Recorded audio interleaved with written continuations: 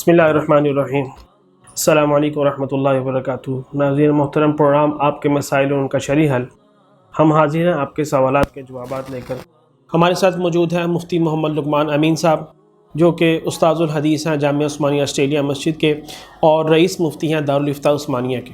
ان کے ساتھ موجود ہیں مفتی محمد اسامہ زہدی صاحب، جو کہ استاذ الحدیث ہیں جامعہ عثمانیہ آسٹریلیا مسجد کے اور نائب مفتی ہیں دارالافتاء عثمانیہ کے۔ ان کے ساتھ موجود ہیں مفتی محمد نعیم صاحب، جو کہ استاذ الحدیث ہیں مدرسہ عثمانیہ للبنات کے اور مفتی ہیں دارالافتاء عثمانیہ کے۔ آئیے آپ کے سوالات کی طرف چلتے ہیں۔ ہمارا پہلا سوال مفتی محمد لقمان امین صاحب سے ہے۔ مفتی صاحب، محمود شامی لاہور سے سوال کرتے ہیں، اگر کوئی شخص مایوسی کے عالم میں یوم آخرت، جزا، سزا، جنت اور دوزخ کا انکار کرے اور لوگوں کے سامنے اپنے ان خیالات کا اظہار کرے، تفصیل سے جواب دیں، کیا اسے تجدید اسلام و نکاح کرنا پڑے گا؟ بسم اللہ الرحمن الرحیم۔ دیکھیے، ایک آدمی کے مسلمان ہونے کے لیے جناب نبی کریم صلی اللہ علیہ وسلم کے لائے ہوئے دین کی تمام ضروریات کا اقرار کرنا، دل سے اس کی تصدیق کرنا، یہ ضروری ہے۔ اس کے بغیر کوئی آدمی بھی دائرہ اسلام میں داخل نہیں ہو سکتا۔ اور اس کے ساتھ یہ بات بھی سمجھنے کی ہے کہ آدمی کے مومن ہونے کے لیے تو تمام ان چیزوں کو ماننا ضروری ہے جو رسول اللہ صلی اللہ علیہ وآلہ وسلم لے کر آئے، جنہیں ضروریات دین کہا جاتا ہے۔ لیکن الیاذ باللہ کسی آدمی کے دائرہ اسلام سے خارج ہونے کے لیے تمام چیزوں کا انکار ضروری نہیں ہے۔ وہ آدمی کسی ایک چیز کا بھی اگر انکار کر دیتا ہے اور وہ انکار اس کا حالت اختیار میں ہو، چونکہ اضطرار کے احکام جدا ہیں۔ حالت اضطرار میں تو کوئی آدمی کلمہ کفر بھی اگر کہہ دے، دل میں اس کے ایمان ہو، تو قرآن مجید یہی کہتا ہے کہ ایسے آدمی کی یہ حالت معاف ہے۔ لیکن جب کوئی آدمی اپنے اختیار سے، کسی کی طرف سے جبر نہیں ہے، اگرچہ اس کی اپنی ذہنی کیفیت مایوسی کی ہے، پریشانی کی ہے، لیکن کرتا وہ اپنے اختیار سے ہے ان میں سے کسی چیز کا انکار، تو ایسا آدمی دائرہ اسلام میں نہیں رہتا۔ ایسے آدمی کو اثر نو ایمان قبول کرنا چاہیے، یعنی کلمہ پڑھنا چاہیے، اور اگر وہ شادی شدہ ہے تو اسے تجدید نکاح بھی کرنا چاہیے۔ مایوسی یا پریشانی، اس کو یعنی ہم رخصت کے اسباب نہیں کہہ سکتے۔ رخصت کا ایک ہی سبب ہے جو اللہ تعالیٰ نے خود قرآن پاک میں بیان کیا ہے، وہ ہے اضطرار، کہ کوئی آدمی کسی کو مجبور کرے مار پیٹ کے ذریعے، جان لینے کی دھمکی دے کر، یا اس طرح کا کوئی ہتھ کنڈا اس کے خلاف استعمال کرے اور اس سے یہ اگلوائے کہ تم الیاذ باللہ ضروریات دین میں سے کسی کا انکار کرو، اللہ کے بارے میں، اللہ کے رسولوں کے بارے میں، کلمہ کفر کو، تو وہ اضطرار کی حالت لیتا ہے۔ لیکن یہ اختیار کی حالت ہے، گو کہ اس میں پریشانی اور بے چینی اور نفسیاتی دباؤ یہ سب چیزیں ہیں، لیکن یہ چیزیں عذر شمار نہیں ہوتی۔ ایسے آدمی کو اپنا علاج کروانا چاہیے، نہ یہ کہ ضروریات دین کا انکار کرتا رہے۔ ہمارا اگلا سوال مفتی محمد اسامہ زہدی صاحب سے ہے۔ مفتی صاحب، شاکر اللہ پشاور سے سوال کرتے ہیں، سکول کے طلباء سے غیر حاضری پر جرمانہ لینا کیسا ہے؟ اگر یہ عمل جائز ہے تو اس رقم کا تصرف کیا ہوگا؟ بسم اللہ الرحمن الرحیم۔ کسی بھی ادارے کے طالب علم سے جرمانہ وصول کرنا شرعاً اس کی اجازت نہیں ہے اور شرعاً یہ ممنوع ہے۔ اگر غلطی سے یا نسیاناً یا پتہ ہی نہ ہو اور کسی ادارے نے طلباء سے جرمانہ وصول کیا ہو تو شرعاً ان کے لیے حکم یہ ہے کہ جس سے جتنی رقم وصول کی ہے انہیں وہ رقم واپس دے دی جائے۔ لیکن اگر صورتحال ایسی ہو کہ اب پتہ نہ چلے کہ کس سے کتنی رقم وصول کی ہو اور یہ تعیین مشکل ہو جائے، تو ایسی صورت میں ثواب کی نیت کے بغیر اس رقم کو صدقہ کیا جائے، ادارے میں اس کو صرف کرنا یا ادارے میں اس کو خرچ کرنا اس کی اجازت نہیں ہے۔ ہمارا اگلا سوال مفتی محمد نعیم صاحب سے ہے۔ مفتی صاحب، معاذ محمود حیدرآباد سے سوال پوچھتے ہیں، میرے جسم پر بہت زیادہ بال ہے جن کی وجہ سے میری بیوی کو بہت الجھن ہوتی ہے، کیا اس کی خوشی کے لیے جسم سے بال اتار سکتا ہوں؟ اس کے بارے میں کیا حکم ہے؟ دیکھیے جی، جسم کے بالوں کو کاٹنا اب سوال مبہم سا سوال ہے، سوال کرنے والے کو ذرا سوال واضح کرنا چاہیے۔ ایک داڑھی کے بال ہیں، اس کو تو کاٹنا جائز نہیں ہے، داڑھی کے بالوں کو۔ اور دوسرا مونچھوں کے بال ہیں، اس کو کاٹنا جائز ہے، بلکہ حدیث میں نبی پاک صلی اللہ علیہ وسلم نے فرمایا کہ خالف المشرکین اوفر اللحیٰ وحف الشوارب، داڑھی کو بڑھاؤ اور مونچھوں کو کٹواؤ۔ اس کے علاوہ جو سینے کے بال ہیں، کمر کے بال ہیں، یا رانوں کے بال ہیں، پنڈلیوں کے بال ہیں، ہاتھوں کے بال ہیں، تو اس کے بارے میں، سینے اور کمر کے بارے میں یہ مسئلہ ذہن میں رہے کہ شمائل کی کتابوں میں یہ بات لکھی ہے، سیرت کی کتابوں میں، کہ نبی پاک صلی اللہ علیہ وسلم کے سینہ مبارک پر بال تھے، اور وہ ایک لکیر کی صورت میں، سیدھی لکیر تھی بالوں کی، تو وہ بال سینے اور کمر سے کاٹے جا سکتے ہیں، لیکن نہ کاٹنا بہتر ہے۔ اور دوسرا، یہ رانے یا پنڈلیاں، ہاتھ وغیرہ سے بال کاٹنا جائز ہے، باقی یہ پلکیں، بھویں، یہ تو بال کاٹنا منع ہے۔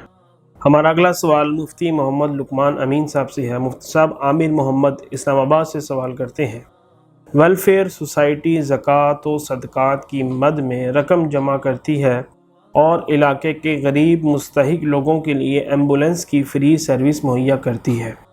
ویلفیئر سوسائٹی اس کی ادائیگی زکوٰۃ کی مد سے ہوتی ہے۔ جن لوگوں نے ویلفیئر سوسائٹی کو زکوٰۃ دی ہے، ان لوگوں کی زکوٰۃ ادا ہوگی؟ بسم اللہ الرحمن الرحیم۔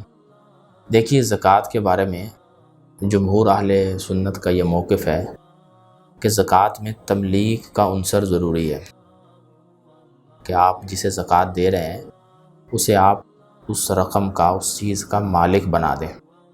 اور دوسری بات یہ ضروری ہے زکوٰۃ میں کہ وہ بلا عوض ہو، یعنی کسی کام کے عوض میں اسے نہ دی جاتی ہو، بلا عوض اسے دی جا رہی ہو۔ ان دو اصولوں کو ملحوظ رکھتے ہوئے ہم ویلفیئر سوسائٹی کے جتنے بھی امور ہیں ان سب کے بارے میں ایک اجمالی سا حکم سمجھ سکتے ہیں کہ اگر تو ویلفیئر سوسائٹی میں جو زکوٰۃ کی رقم جمع ہوتی ہے، وہ زکوٰۃ کی رقم غریب غرباء کو مالک بنا کر دے دی جاتی ہے، یا ان کی طرف سے کوئی مالی ذمہ داری ہے ضرورت مند لوگوں کی، اور اس مالی ذمہ داری کو سوسائٹی ادا کر دیتی ہے، تو اس صورت میں تو زکوٰۃ ادا ہو جاتی ہے۔ لیکن اس کے علاوہ کوئی صورت ہو، جیسے ویلفیئر سوسائٹی لوگوں کو ویسے کھانا شانا کھلا دے، یا کوئی لوگوں کے لیے سرائے تعمیر کروا دے، یا ایسے کوئی کام جس میں کسی فرد واحد کی ملکیت نہیں پائی جا رہی، یا کسی فرد واحد کی ذمہ داری مالی اعتبار سے ادا نہیں ہو رہی، تو ایسی صورت میں یہ زکوٰۃ ادا نہیں ہوتی۔ اس زکوٰۃ کو دوبارہ سے ادا کرنا مالکان کے ذمے ہے، اور زکوٰۃ دیتے ہوئے اس چیز کا اطمینان کر لینا چاہیے کہ جنہیں زکوٰۃ دی جا رہی ہے، کوئی بھی خیراتی ادارہ ہے، کیا وہ ہماری زکوٰۃ کو درست طریقے سے ادا کر رہا ہے کہ نہیں کر رہا۔ اس کے علاوہ اگر تحقیق کیے بغیر آپ نے دے دی اور وہ زکوٰۃ غلط جگہ استعمال ہوئی تو وہ زکوٰۃ ادا نہیں ہوتی۔ ہمارا اگلا سوال مفتی محمد اسامہ زہدی صاحب سے ہے۔ مفتی صاحب، عبداللطیف کوئٹہ سے سوال کرتے ہیں، کبوتر بازی، کرکٹ اور دوسرے کھیل جن میں سال بھر میں مختلف ٹورنامنٹ منعقد کیے جاتے ہیں، جن میں انٹری فیس وصول کی جاتی ہے اور اس میں حصہ لینے والوں سے جمع شدہ رقم سے اول، دوم اور سوم اور دیگر انعامات اور عشائیے دیے جاتے ہیں، اور باقی پوزیشن حاصل نہ کرنے والے ممبران کو کچھ بھی نہیں دیا جاتا، کیا کھیل کی یہ صورت جائز ہے؟ بسم اللہ الرحمن الرحیم۔ اسلام جائز کھیل کی حوصلہ افزائی کرتا ہے، اور بشرطے کہ چند شرطوں کے ساتھ وہ کھیل ہو۔ ایک یہ ہے کہ وہ کھیل بذات خود جائز ہو، اور دوسری بات یہ ہے کہ اس کھیل میں دینی یا دنیاوی کوئی فائدہ ہو، مثلا ورزش وغیرہ ہو گئی۔ اور تیسری بات یہ ہے کہ اس کھیل کے اندر غیر شرعی حرکت کا ارتکاب نہ ہو، جیسے جوا، جھوٹ، فراڈ، یہ چیزیں نہ ہوں۔ اور ایک شرط یہ بھی ہے کہ کھیل کے اندر اتنا منہمک نہ ہو کھیلنے والا کہ اسلامی فرائض اور دینی فرائض سے غفلت برتنا وہ شروع کرے، ایسی صورت بھی نہ ہو۔ اگر یہ شرطیں ساتھ ہو تو اسلام کھیل کی حوصلہ افزائی کرتا ہے۔ باقی جو صورت مسئلہ پوچھا گیا کہ ایک طرف سے بھی رقم جمع کی جاتی ہے اور دوسری طرف سے بھی رقم جمع کی جاتی ہے، اور اس کے بعد کھیل کے میدان میں یہ حضرات حاضر ہوتے ہیں، کھیلتے ہیں، پھر جو جیت جائے ان میں سے وہ رقم ان پر تقسیم کی جاتی ہے مختلف صورتوں میں، اور ہارنے والی ٹیم جو ہے وہ محروم ہو جاتی ہے۔ چند صورتیں اس کی جواز کی بھی ہے اور چند صورتیں جو ہے وہ جوئے کی بھی ہے، شرعاً اس کی اجازت نہیں ہوگی۔ جواز کی صورت یہ ہے کہ یہ رقم دونوں ٹیمیں جمع نہ کرے، بلکہ ایک ٹیم کے افراد یہ رقم جمع کرے، ایک ٹیم کی طرف سے رقم ہو جائے، اور دوسری ٹیم والوں کو یہ کہے کہ ہم آپس میں کھیلیں گے، اگر آپ لوگ جیت گئے تو یہ رقم ہم آپ کو دے دیں گے، لیکن اگر آپ ہار گئے تو ٹھیک ہے، یہ رقم بھی آپ کو نہیں ملے گی اور آپ سے بھی کچھ نہیں لیں گے، یک طرفہ ہو جائے گا۔ دوسری صورت یہ ہے کہ تیسرا فریق آ جائے، دو ٹیمیں گراؤنڈ میں اترتی ہے اور تیسرا کوئی بندہ آتا ہے یا کچھ افراد آتے ہیں، وہ رقم جمع کر کے اعلان کرتے ہیں کہ ہمارے پاس اتنی رقم ہے، دو ٹیموں میں سے جو بھی جیت جائے تو اس جیتنے والی ٹیم کو اتنی رقم ملے گی تیسرے فریق کی طرف سے، یہ صورت بھی جائز ہے۔ لیکن یہ جو صورت مسئلہ ہے کہ جی ایک طرف ایک ٹیم کے افراد بھی رقم جمع کرتے ہیں اور دوسری ٹیم کے افراد بھی رقم جمع کرتے ہیں، تو ایسی صورت میں دونوں کی رقم جمع ہو جاتی ہے اور دونوں کو امید بھی ہوتی ہے کہ ہماری رقم میں اضافہ ہو کر ہو سکتا ہے ہمیں مل جائے، اور خطرہ بھی ہوتا ہے کہ پوری کی پوری رقم ڈوب جائے، تو اسی کو جوئے کا نام دیا جاتا ہے۔ یہ جوئے کی صورت ہے اور شرعاً اس کی کوئی اجازت نہیں ہے، لہٰذا یہ صورت ناجائز ہے۔ ہمارا اگلا سوال مفتی محمد نعیم صاحب سے ہے۔ مفتی صاحب، میاں محمد طفیل لاہور سے سوال کرتے ہیں۔ سوال یہ ہے کہ میں نے اپنے والدین کے ساتھ لاہور میں رہتا ہوں، عرصہ 1 سال سے میں پڑھائی کے سلسلے میں کراچی میں مقیم ہوں، سال میں 2 مرتبہ 10-12 دن کے لیے والدین سے ملنے لاہور آتا ہوں، کیا میں مسافر شمار ہوں گا اور میری نماز قصر ہوگی؟ کہ جی یہ آپ کراچی جو ہے یہ آپ کا وطن اقامت ہے، وطن اصلی نہیں ہے۔ آپ وہاں پر رہ رہے ہیں تعلیم کی غرض سے یا کسی اور غرض سے، وطن اصلی آپ کا لاہوری ہے، جہاں پر آپ خود رہتے ہیں، آپ کے اہل و عیال رہتے ہیں، والدین رہتے ہیں، وہ آپ کا وطن اصلی ہے۔ تو آدمی جب اپنے وطن اصلی میں آتا ہے تو اس کے لیے حکم یہی ہے کہ وہ قصر نہیں کرتا، وہ اپنی پوری نماز پڑھتا ہے۔ اس کے لیے قصر کا حکم نہیں ہے بلکہ اتمام صلاۃ کا حکم ہے، پوری نماز پڑھنے کا حکم ہے۔ ہمارا اگلا سوال مفتی محمد لقمان امین صاحب سے ہے۔ مفتی صاحب، دانیال اوکاڑا سے سوال کرتے ہیں، اگر کوئی شخص کسی کے چلتے کاروبار میں رقم انویسٹ کرتا ہے اور وہ کاروباری شخص اسے سود سے پاک منافع کی یقین دہانی کرواتا ہے اور متغیر رقوم ہر مہینے باقاعدگی سے ادا ہوتی ہے، اس کاروباری سے سوال پوچھا گیا کہ آپ منافع کا تعین کیسے کرتے ہیں، تو اس نے بتایا کہ اصل تعین تو بہت مشکل ہے کیونکہ میرا کاروبار بہت وسیع ہے، میں اندازاً منافع کی ادائیگی کرتا ہوں، کیا اس صورت میں یہ منافع جائز ہے؟ بسم اللہ الرحمن الرحیم۔ دیکھیے، چلتے ہوئے کام میں کسی کے ساتھ انویسٹ کرنا، پیسہ لگانا اور اس پیسے پر نفع کمانا، اس کی عمومی طور پر کوئی صاف صورت نہیں بنتی۔ چند مخصوص صورتیں بن سکتی ہیں اور اس کے لیے عموماً کاروباری حضرات آمادہ نہیں ہوتے۔ سائل نے جو سوال پوچھا ہے کہ رقم دی جاتی ہے اور پھر وہ ماہ بہ ماہ متغیر رقوم نفع میں ادا کرتا ہے، یعنی کبھی کم دے دیا کبھی زیادہ دے دیا، اور وہ یہ کہتا ہے کہ یہ شرعی نفع ہے، یہ بات غلط ہے۔ شرعی نفع میں ہر چیز واضح طور پر طے کی جاتی ہے، یعنی رقم دینے والے کے ساتھ رقم لینے والا یہ بات طے کرے گا کہ میرے کاروبار کی کل مالیت اتنی ہے اور آپ کے پیسے اتنے ہیں۔ اب آپ کے پیسوں کو اور میرے پیسوں کی جو نسبت ہے آپس میں مثلا 10 اور 100 کی ہے، 10 اور 1000 کی ہے، جو بھی نسبت ہے اس نسبت کے اعتبار سے تناسب مقرر کر کے اور نفع طے کیا جائے. یہ کہا جائے اس کو کہ مجھے جو بھی نفع ہوگا اس نفع کو بھی ہم 10 اور 1000 کی نسبت سے طے کریں گے اور آپ کا نفع آپ کو ملے گا. یہ صورت تو ہوئی ٹھیک. اس کے علاوہ وہ جیسے بتا رہے ہیں کہ ان کا کہنا ہے کہ جی حقیقی نفع کا معلوم ہونا بہت مشکل ہے. اگر ایسی صورت ہے تو یہ پھر حقیقی نفع نہیں ہے، یہ ایک فرضی قسم کے پیسے وہ آپ کو دے رہا ہے. اس طرح کا نفع شرعی نفع نہیں ہوتا. اور پھر اس میں نقصان میں بھی ابہام سا پایا جاتا ہے کہ نقصان اس نفع لینے والے کا نقصان کس طرح ہوگا. اگر کاروبار میں نقصان ہوا ہے تو کتنا نقصان اس کی طرف لوٹے گا، کتنا اس کی طرف جائے گا. تو یہ چیزیں اس معاملے کو مشکوک بناتی ہیں. لہٰذا شرعی طور پر اگر آپ حلال طریقے سے نفع لینا چاہتے ہیں تو اس کی شرائط و ضوابط جو علیحدہ سے معلوم کی جا سکتی ہیں، ان تمام شرائط و ضوابط کا خیال رکھتے ہوئے نفع لیا جائے گا تو وہ شرعی نفع کہلائے گا. یہ مشکوک صورت ہے، اس سے اجتناب کرنا چاہیے.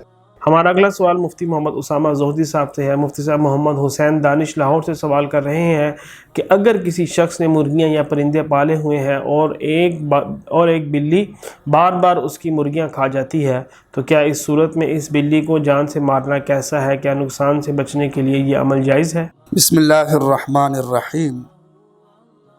شرعاً کسی بلی کو بلا کسی علت کے مارنا اس کی شرعاً اجازت نہیں ہے. اب اگر بلی سے جان چھڑانی ہے تو اس کی مختلف صورتیں ہو سکتی ہے. کسی دوسرے علاقے میں اس کو چھوڑ دیا جائے، گاڑی میں سفر کر کے، موٹر سائیکل پر سفر کر کے دور دراز جا کر اس کو چھوڑ دیا جائے، کوئی بھی صورت ہو سکتی ہے.